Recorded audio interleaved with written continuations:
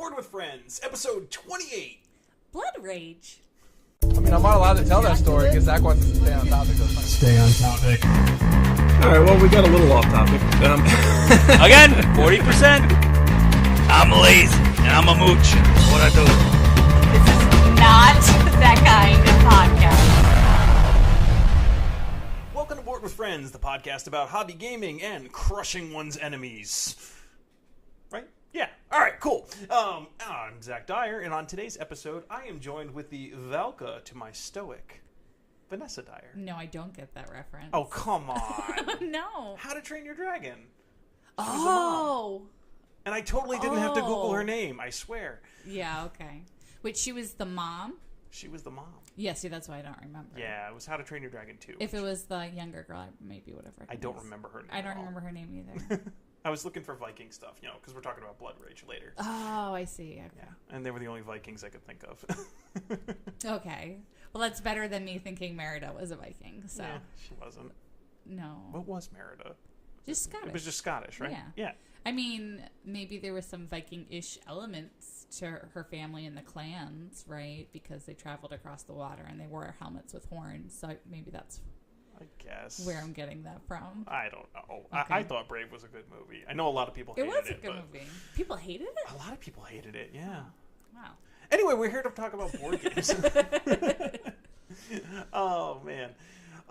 So we're going to do a little bit different. Instead of talking about recent plays, Vanessa and I are going to start the episode by talking about a more recent experience we had involving board games.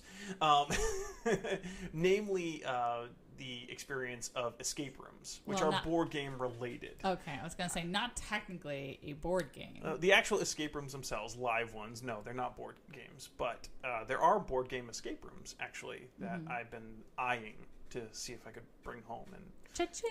You'd be okay with me buying. But yeah, I had done an escape room last year for the first time with my mother and my sister.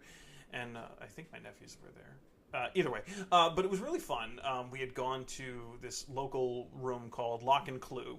And I never actually got to talk about it on the show. But basically, we were locked into a room. The whole scenario, the idea of escape room is, you know, there's a scenario. You're role-playing. Mm-hmm. And you're locked into this room or rooms, and you have to solve puzzles and clues to get out.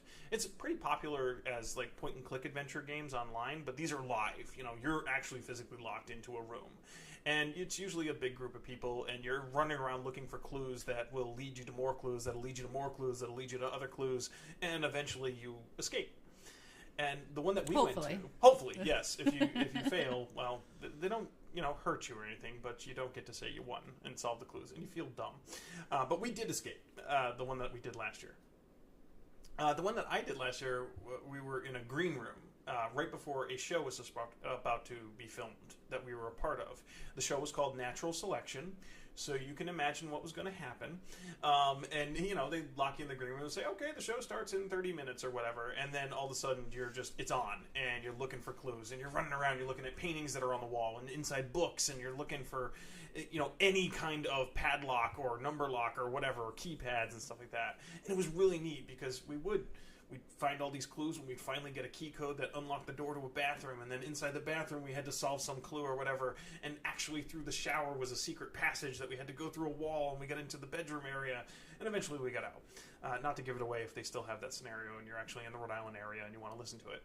But we had a lot of fun. Spoiler alert. I'm sorry, yeah, spoilers alert for anyone who is local and wants to do this stuff. Yeah.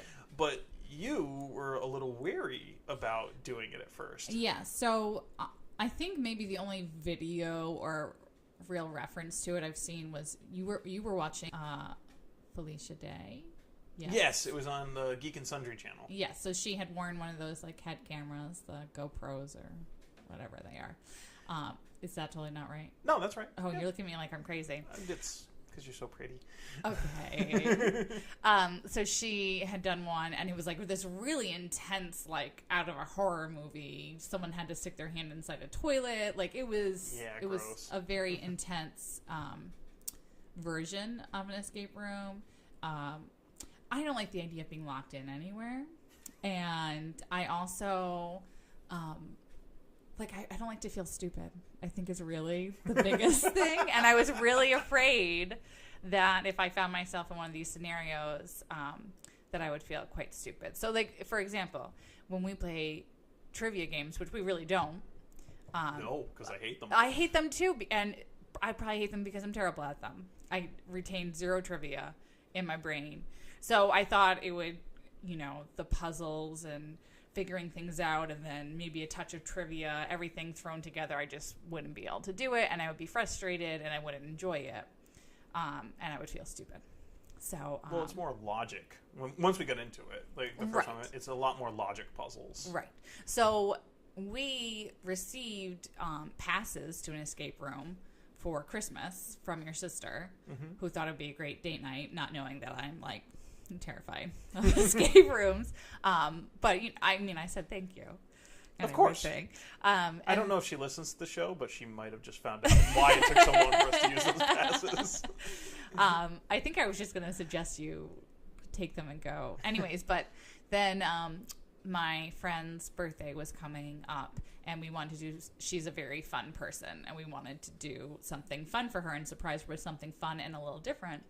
So we actually decided as a group to go and do an escape room, and my thought process was, well, if we're in a big group, I'll probably feel a little more comfortable. I won't be so anxious about being like locked into a space, or I won't feel so stupid because there'll be a group of people to carry me through. So we decided to do that, and we signed up at the R.I. Riddle Room to do the Captain's Curse. So definitely spoiler alert. If you are planning on doing that room at any point, don't listen. Or skip ahead, I guess. Yeah, you can skip to the review. Well, we don't have to spoil the actual solving of the clues, Sure. but we can definitely talk about the theme and what it was. Right. The Captain's Curse. We were in a. Were we on a ship? Yeah, I don't remember exactly what the scenario was. Yeah, we were on a ship, and I don't actually remember either. I remember reading the letter, but then you get so focused on just finding clues that sort of the overall story sort of falls away. But yes, we were like captives on a ship, and the captain was going to like take over the world or something. I think he had magic or was a ghost or something like that. Little Pirates of the Caribbean feel to it. Yes, yeah. So definitely Pirates of the Caribbean. And so it was our duty to stop him by filling in a chart. Yes, it was a map on the wall of points of the world. Compass. A compass, and we had to find the famous pirates and where they were. I guess their ghosts were going to take over the world or something, or help him. I don't know. But basically, you had to unlock them. They were all real pirates. Yes, they were. That was pretty cool. That was pretty cool. It was a little history lesson. I was a little disappointed that LeChuck wasn't on there, but that's just me. I don't know who LeChuck is. LeChuck is not a real pirate. He's from the Monkey Island games. Well, then that's why he Yeah. wasn't involved. But it was neat because, we got first locked into the main room, and, they tell you, this is what you can touch. You can, mess with anything in the room. If it's bolted down, don't touch it. They put caution tape on things that you absolutely were not supposed to touch. It didn't stop Zachary. Didn't stop me from opening a door I wasn't supposed to, because, in my defense, they put the caution tape on the doorknob, and it was dark. And I put my hand on the doorknob, and I didn't see any caution tape anywhere on the door. Yeah. So I opened it. Yeah. And I was like, hey, there's an electrical box in here. Maybe we're supposed to fiddle with switches. And then, somebody else, I forgot who it was, had come in and was like, yeah. Actually, you know what? I don't think we're supposed to be in here. And then we walked back out and saw the caution tape. Like, we're just going to shut that. Yeah. So I have a question for you. Sure. So, because R.I. Riddle Room's the only one that I've done, the setup of it was not like, I don't know how to put this, and I don't mean to offend because I thought it was great, but like the props and stuff were we're not like Hollywood quality, I guess is my point. No. So is your experience in the other room, was it to that level of detail? Well, the other room was a much more contemporary setting. Right. So it was easy for them to just fit, like they had cheap furniture and bookcases. The the part that blew me away in the first room that I had done was the secret passage and the elaborate nature of some of the puzzles. Like one of them, they actually had like a switch that was triggered when you did something. You know, you sat. I don't want to give away what it was in case anyone actually goes there. They may have switched it by now. I don't know. But you did one thing and it caused something else to happen somewhere else in the room. So there was a lot of elaborate stuff like that. Well, we had that too, where we did have some, yes, we with had lighting to have like a and stuff certain like number that, of people actually. That was very neat, but really it was the elaborate nature, and really it's just they had a door in the shower and it opened up, but the fact that it opened up and you got to walk through the wall basically, it was just really cool. But no, I wasn't upset about any of that stuff because they had the jail cell in the ship basically, and those were real iron bars and stuff. That's true. It was neat. That's very true. Well, and I guess too because we're talking like we were supposed to be on a ship and it's like a room, but actually it made me feel better. I felt like less stressed about it, and I could just focus on looking for clues. And then she also reassured us before we went in, like, nothing's going to grab you. Yeah. Don't there freak was no out. horror elements to this one. Right. Which is fine, because it actually allowed us to ease back a little bit and focus on solving the puzzles. Right. And there was no reaching into toilets or creepy zombie people grabbing at you or any of that nonsense. So. Right, exactly. And if you like that thing, there's plenty of escape rooms out there that do that. Right. You're trapped in their basement and he's going to kill you if you don't get out, like real Silence of the Lambs type I think stuff. the place that you went to has a room like that. Yes, the other room was that. Basically, it was like a butcher's basement, and he was going to murder us if we didn't get out. God. We didn't do that one. My mother wouldn't have liked it. I would not like that, so I can relate to that. But it was very interesting. It was great to be in a big group. So there were 6 of us from our group, and then there were also 2 other people who had signed up for the same time slot. And I think because the 6 of us, knew each other and just have experience working together on things. I don't know, like we just spend time together that it was easy for us to do it. And I feel like we sort of steamrolled the other 2 people in our group a little bit. Yeah, and I think it was their first experience, yes, and they were a little too. Nervous. Yeah. Which is fine and actually works out well, because the first one that we went to, me, my mother, my sister, the green room one that we went to, we were the first ones. This was our first experience, and we were with a group who apparently has done every escape room in the country because they were just flying. Like, they knew like all the tropes, I guess you could say, about escape rooms. Like, they knew to look inside the books and knew to look behind paintings, in that, to look for subtle marker. There was a painting of just a seascape, and there was a small compass rose in the bottom, and someone had taken a permanent marker and drawn highlighted one of the arrows to point in a certain direction, so we knew, okay, we need to go that way and look on that wall. And just little stuff that you might not notice, but if you were paying attention or knew to look for things like that, you become hyper aware when you're in these rooms. And watching these people do this, I'm like, clearly they've done this before, because they just, the heck with the theme, they just got right into it and started solving stuff. And a lot of these places have a leaderboard to show how quickly you've done it and get on their high score list, and you kind of want to do that. Yes, absolutely.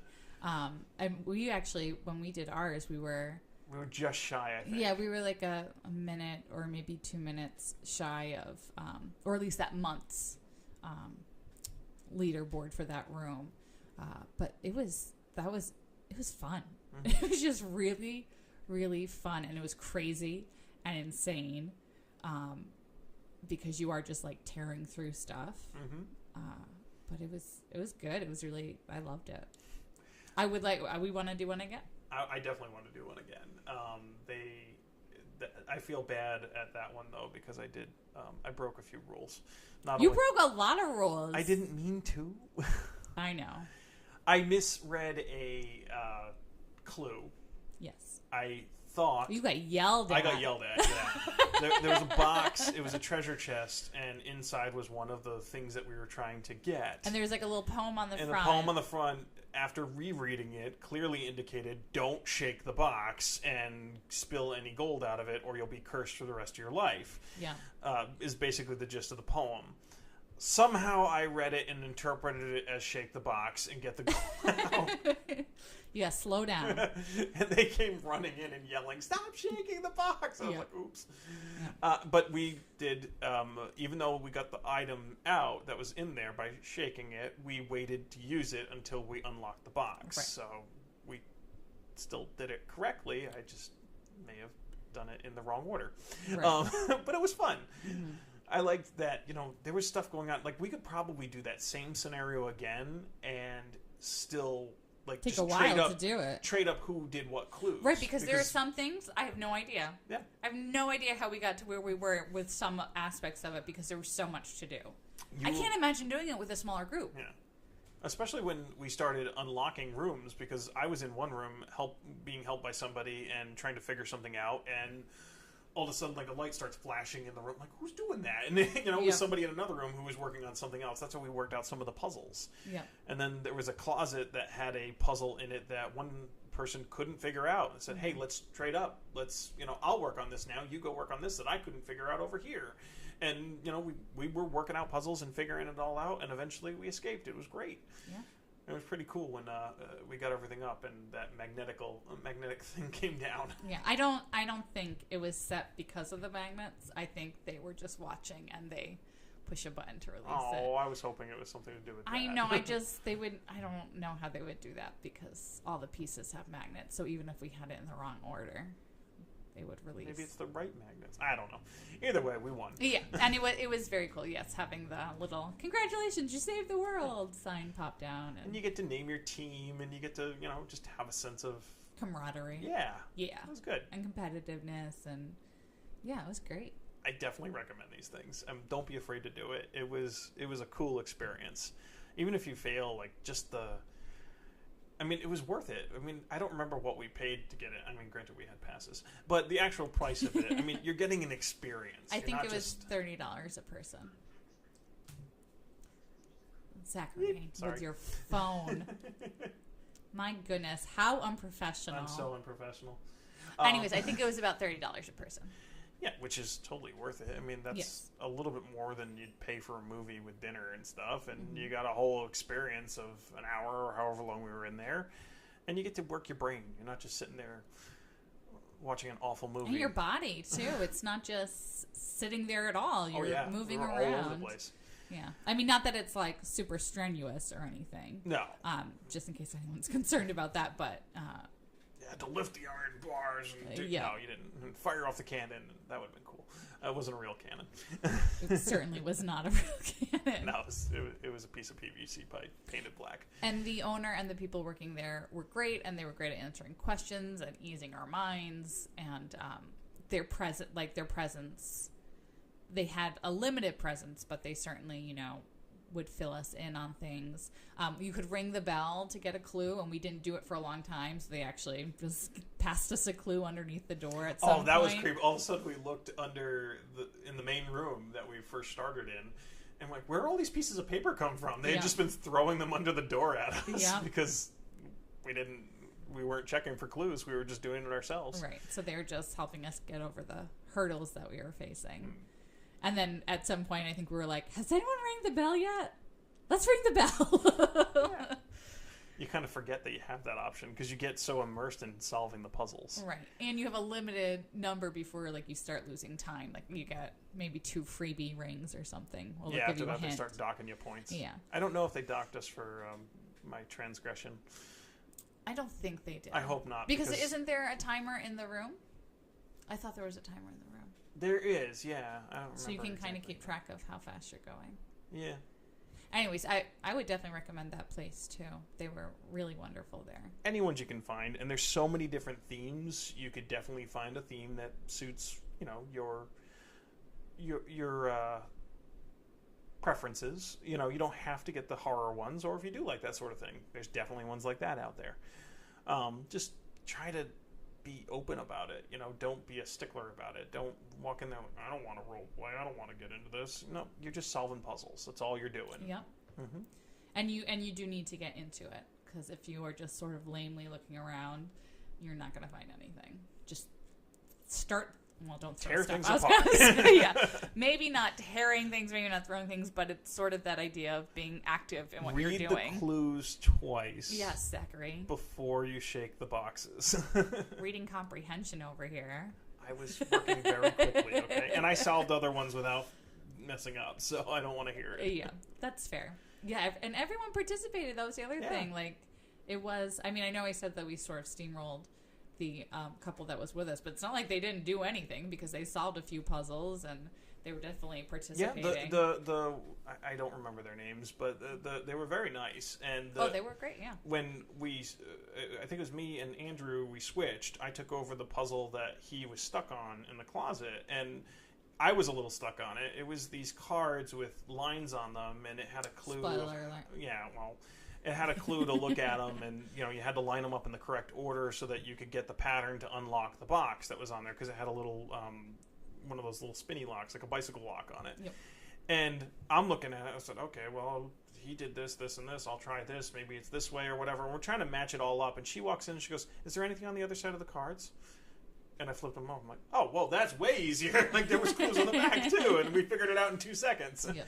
Never thought to look at the back of the card. So look at everything. Yep. Absolutely. But I think it's a cool experience. Everybody should at least try it once. Now, that being said, like I said earlier, you can actually buy escape rooms now. This is a really big trend going on in the gaming world. So to bring this back to board games, you can buy escape rooms in a box, basically. And it's more just a lot of puzzles to figure it out. And there's a whole bunch of different ones. I definitely want to try these.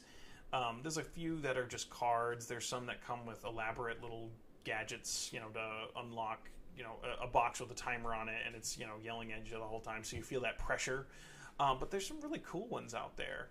Escape the room, exit the game. There's a few that are really popular. I would like to try them. I don't know if you would be open to trying them, sweetie. I would probably be open to trying them. I would also like to see their price tags. Well, I know Escape the Room, which you can buy at Target, and I've seen it at Toys R Us and Walmart. You pretty much buy it everywhere. It just comes with a battery-powered box, basically, and it comes with 4 scenarios, so you get 4 things that you can do. I was going to say, what about replayability? There's not a lot of replayability to them, because once you solve it, but you can pass it on to someone else. Some of these have destructible components, though, so you can't reuse them. Right. But the neat one about this is the one that I've been eyeing, is it comes with 4 scenarios in the box, and it's usually probably about an hour or so, for each scenario. So that's 4 hours of gameplay right there, at least. Yeah. And if you solve it, great, you completed it. But they also released modules of additional scenarios. So you have the box, the base game, the electronic squawk box thing yelling at you. And then you can buy more scenarios. So you have more puzzles to solve if you like it. And those are a lot cheaper, obviously. What a great merchandising. It really is, product. Yeah. That's great.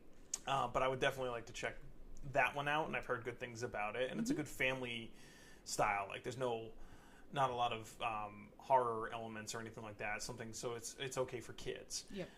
I would like to try them. It's hard to talk about them on the podcast without giving spoilers, obviously. Although I have toyed with the idea of doing a spoiler-filled podcast for other games that we've played too. But this is the kind of thing, like, would you be interested in that too? I actually thought about getting you this first before we went there, just to see if you liked the idea of the puzzles and give you an idea of what the experience might be like. But I'd like to compare the two, like a real escape room versus the board game version. Mm-hmm. I feel like the real escape room is going to trumpet. Yeah. I mean, just because of the unique experience. Yeah. To actually go. You're definitely paying for an experience. Yes, exactly. But it would be fun to try a board game. That sounds like something fun to do with a group of people, a group of friends. Or it's probably cheaper because it's probably $30-$40 for the game instead of $30-$40 per person, right? I see that you're appealing to I'm trying financial brain. We'll get there. We'll get there. Maybe Christmas. Oh, we gotta wait that long? Well, I don't know. We'll see. Yeah, right. All right. else on escape rooms? No, they're just fun. Just try them. Yeah, just try them. Don't stress about it so much. Like Not me. Like I did. It was worth it. Definitely worth it. Fun night. Good date night. All right. We're going to head over to our rules analysis of our review game, and we'll be right back. Bloodrage is a strategy game designed by Eric Lang and published by CMON Limited. In Bloodrage, players take control of Viking clans, battling over the land that is being destroyed by the Ragnarok, in an attempt to die in glorious battle so that they can move on to Valhalla. The game plays across 3 rounds, with multiple phases.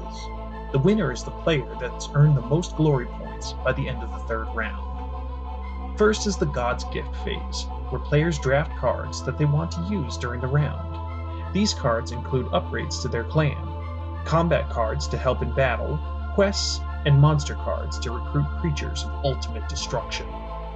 We then move into the action phase, where players spend rage to play cards and perform actions.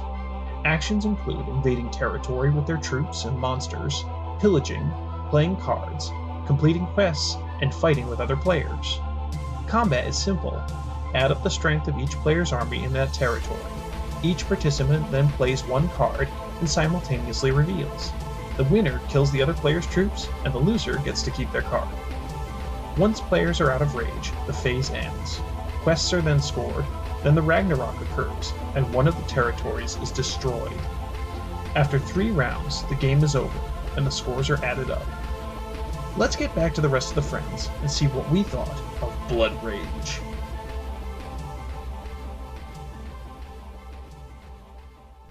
And we're back talking about Bloodrage from Cool Mini or Not. This is a game that is Bloodrage is an area control game with a little bit of a drafting mechanic at the beginning. And it's probably been reviewed to death by other podcasts and gamers, but I just recently got to experience it. I bought it because I had heard so much good about it, and I wanted to try this game, and I think it does live up to its hype, to bury the lead here on what I think of the game, at least.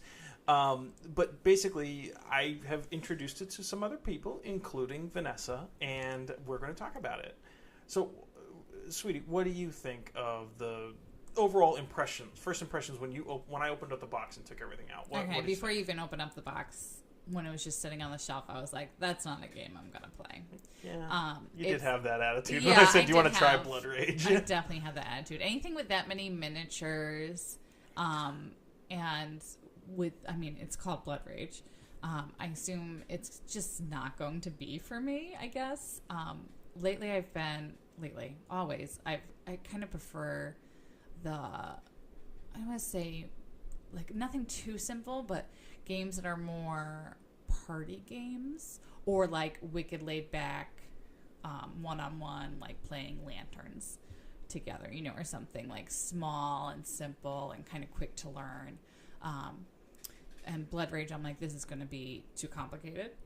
It's got too many fiddly bits. It's going to be super violent.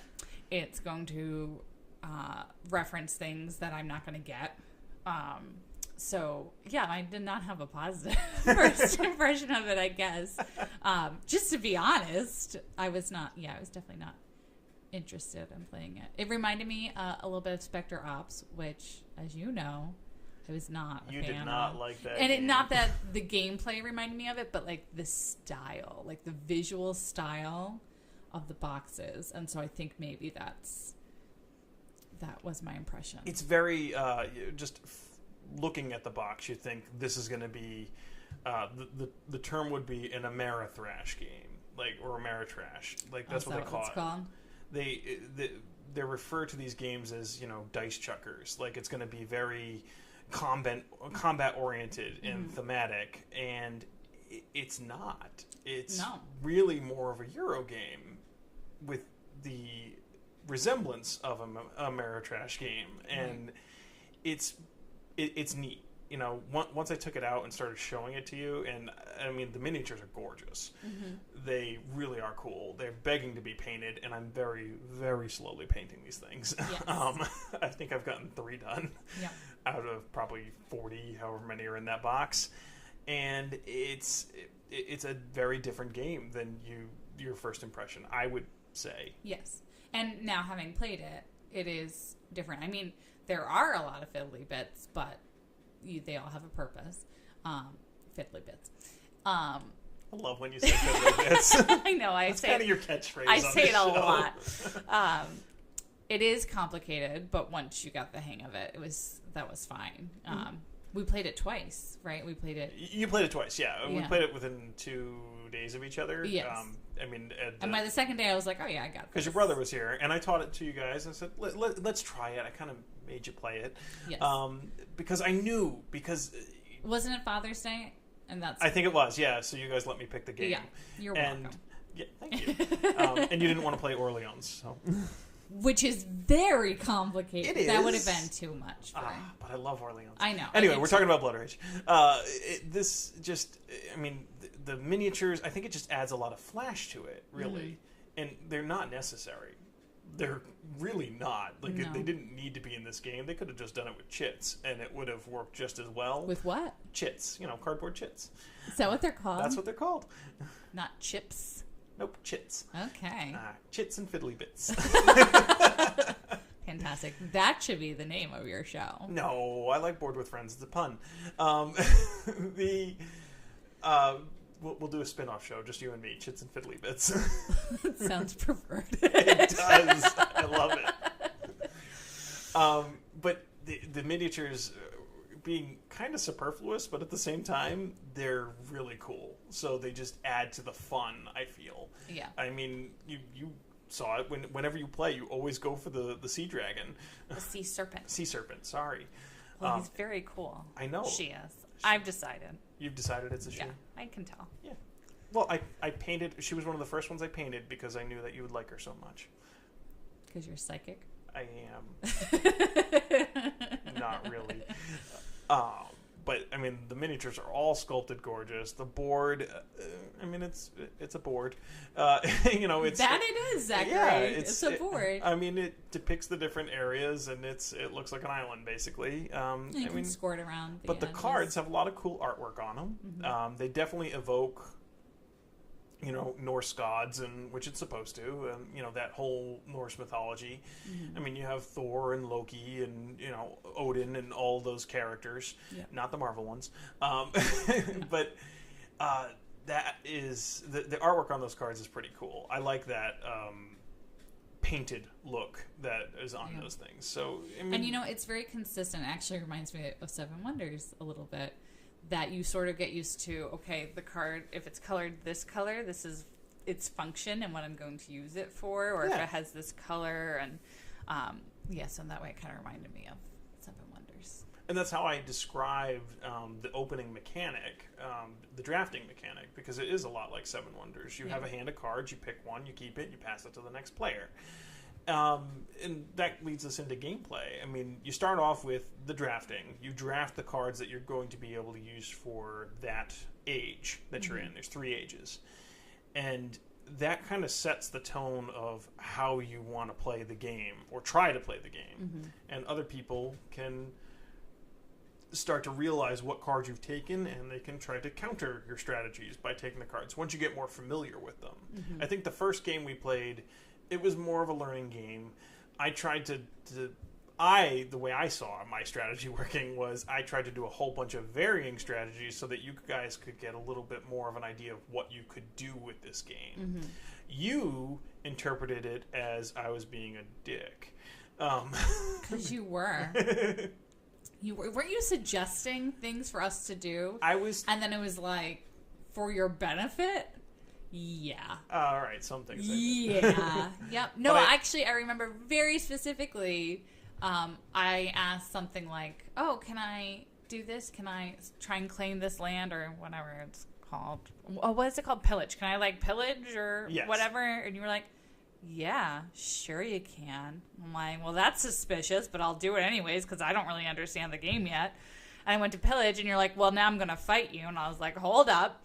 And then I'm like, well, fine, I'll fight you with this really good card. And you, like, willingly died, but it was so you could steal rage from me. Yeah, that was fun. It was rude. It was very rude. There's a lot of different strategy in the cards. You definitely got to read them all. Yes. Because there's a thing called the Loki strategy. There's a bunch of cards that have Loki on it, and they're more about losing to win. Yeah. Because, yes, I used a Loki card on you, which it had 0 extra value in combat. The way combat works, just to say that, is... all the miniatures that are in there have a certain level of points that are in, the most points wins. But before you just compare strength, you also get to hold out a card and you simultaneously reveal how much is on it. And, that adds to it. And then there's some cards that you can add on top of that. There's some cards that change and have text on it and do different things. The Loki cards, a lot of them anyway, have 0s. And if you lose the combat, you gain points for that. Or you gain a benefit like stealing your wife's rage. And there was a lot of it after I took it. There was a lot of rage. Except there wasn't a lot of rage. Because rage is the currency in this game. You use your rage to do stuff. And if you run out of rage, you're pretty much done for the age. And I think I took your last rage that Yes, age. and that was it. And then I sat around. That was it. Yes, the first age in the first game we played, I had like 2, I don't know, maybe not even 2 moves. Probably 2 moves. And then I sat around for like a half hour. I know, but I didn't know that. I'm sorry. And then you stole my last rage. I did. And then I didn't know that I couldn't do anything if I had. I will admit that was my fault. I'm a bad game teacher. Usually you teach the games. So. For obvious reasons. Obvious reasons. I teach. And then once people know it, that's when I go for the throats. And that's when the rage comes out. That's only after they know it, though. I think the drafting mechanic is really cool at the beginning, just to go back to that. Because you don't know what cards are going to come out. Some of the cards don't ever come out because you have to take some out of the game based on how many players. But also, you deal out a certain amount, and 2, I think, are usually left in the pile. Yeah. So not everything might come out. The Sea Serpent might not be available. But it will be if I'm playing. Yeah, I guess I have to put it in. The Loki cards might not be there. It's just... It's interesting. That keeps the variability high, I feel, right from the get-go. Then you get into the actual game of, moving your components, putting them on the board, claiming territories, fighting each other, and stuff like that. That, it's almost like a separate game. First you get to draft, and then you get to play, the game. And you use rage, like I said, as your currency, which I thought was pretty cool, and you can level up as you go. Thematic. It is. Everything works together. I think even though it's a very it's a very thinky game. It's much more of a Euro game than you would expect because of the name of the game and because of the graphics on it and stuff like that. It's more in the vein of like Orleans and stuff like that, where you're thinking a lot more about your strategies and you're not just chucking dice to win. You have to be strategic about where you put your troops. Right. And then there's upgrade cards that you can get, and instead of just taking over territories, you can use those upgrade cards and level up your clan essentially, which is kind of cool. Your brother had, when he played with us, he kicked butt. Yeah, I'm sure he will be happy that we acknowledge that. But he had this upgrade card. I was so jealous of him. It was a really good upgrade card. He was able to put out 2 troops at once, basically, and it was obnoxious because he boxed us out of the territories that were going to be destroyed. That was the first Ragnarok. time that I realized you could potentially box someone out. Yeah. Because in my mind, I'm like, because I didn't really put out that many regular warriors. I would do my leader and then I would do monsters because that's what I was attracted to, was using the monsters. You're attracted to monsters. I get it. Thanks. Sorry. But that's, that was what was fun for me, was using these really big... Yeah, you want to use the big toys. Yeah, exactly. That was exactly it. And both times, he won both games, and he never got a monster. I know. Well, because... And that was the thing. I didn't even realize how beneficial it could be to have so many... Vikings, I guess. Troops. Sure. Yeah, out on the board. But you could actually, being able to box people out was great. Yeah, and he used it to great effect because one of his other benefits was he doubled the points of the Ragnarok when it occurs. Because when the Ragnarok phase happens, the territory that has been preordained, I guess, is going to be destroyed. So anyone who is in it also loses all their troops. They all go to Valhalla in glorious death, and you get points for that, which is awesome. I mean, if you like Vikings, this is a really good game. It's for very you. cool. Yeah. And all the miniatures, there's so many cool sculpts. That's why I'm having fun painting it. I mean, I've been working on the monsters, but when you look at the clans, there's 2 different sculpts for all the regular warriors. So there's Vikings. Well, the warrior class, and then the leader of all the Vikings. Okay, fair. There's 2 different sculpts for the warriors. There's the leader, so there's 3 sculpts just for your clan alone, and then there's 4 different clans in the base box and a 5th one in the expansion box. And so that's a ton of different sculpts, and trying to paint them all is going to boggle my mind. But it just adds to the theme, I feel. They really, it's just a cool game looking when you have it all out on the board. Yeah. And it was fun. It was very strategic. And once you get the hang of it, it's great. Definitely. So my first impression was wrong, basically. Wait, it was what? My first impression was incorrect. But you like it now? I do like it. Yeah. I definitely do like it. It was fun. I like the strategy to it, especially. I'm interested to play this game because now I've played it with 3 players every time I've played it. I got to play it with Devin and his sister Dale, and now I've played it with you and your brother a couple times. I'm interested to see what the 2-player would be like in this game because more of it starts off with more of the territories already being destroyed, so it's a tighter island to work with, and then from there, it's just got to be. I don't know what else changes in it, but there's a few tweaks in the draft, I think. But I think it would be an interesting 2-player game. I've heard that it's a good one. Yeah, I'm having trouble picturing it. Well, here's my thought. One of the things I liked about the game was having all the troops deployed. Yeah. I don't know if that's the right, but having it made it challenging in a fun way, I guess. And then just not being sure what everyone's move was going to be. When you could have people on 2 sides of you, or come on. I say all the time that you beat me in games, so I'm pretty sure you could outthink me in this. You shouldn't be afraid to play a 2-player game. I didn't say I was afraid, sir. Oh. Didn't say that. I said I didn't think it would be as fun. Too easy. Too simple. After I squash you with my sea serpent. All right, we'll go back to playing Organ Attack or something simpler. Organ Attack is a brilliant game. It was fun. Yes. Don't demean it. I will not. You said it was a simpler game, though. It's more of a party game. It is a game. Party game. Because it's fun. It is fun. All right, so final thoughts. Bloodrage. I know you said that you like it now. Would you recommend this for other people? Yeah, I think so. I don't know if it's for everyone, but yeah, I do think if you like strategy, if you like the mechanics of drafting and then playing the cards, I think it would definitely be for you. And if you have any interest in Vikings whatsoever, the theme, it's just a really strong theme, I feel. So yeah. I think it would definitely be a game of interest. Don't let the box fool you. Don't. No.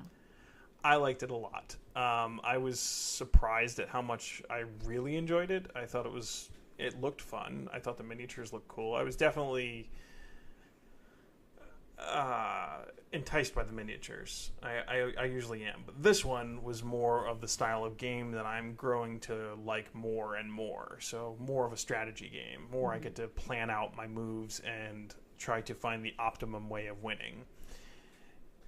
That being said, I've only ever won it once because I get so sucked into using the Loki strategy. I really like those cards. I love the idea of messing with people and doing it in a different way than you normally would approach it that I keep getting screwed up and losing. So, but it is a lot of fun coming up with different combination of cards and using the cards that you draft to your best advantage. And like I said, it looks really cool.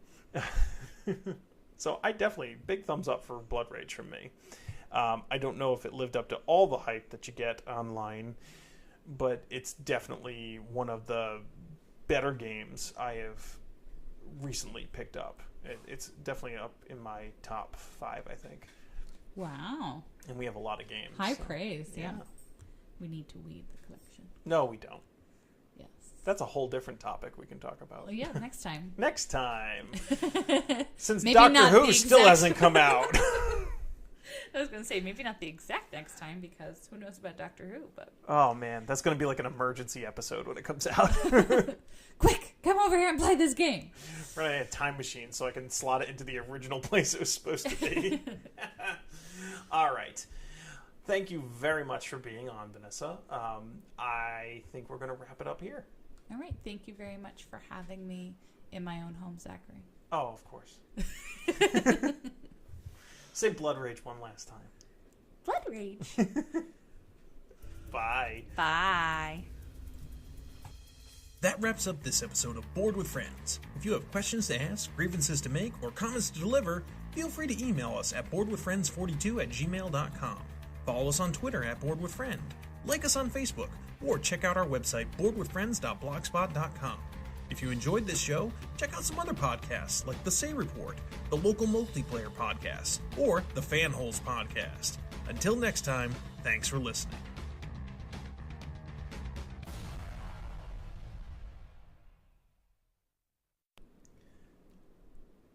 Board with Friends, episode 28.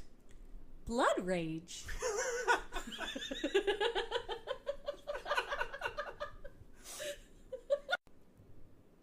Board with Friends, episode 28. Bloodrage. You're not supposed to laugh. I know. It's funny.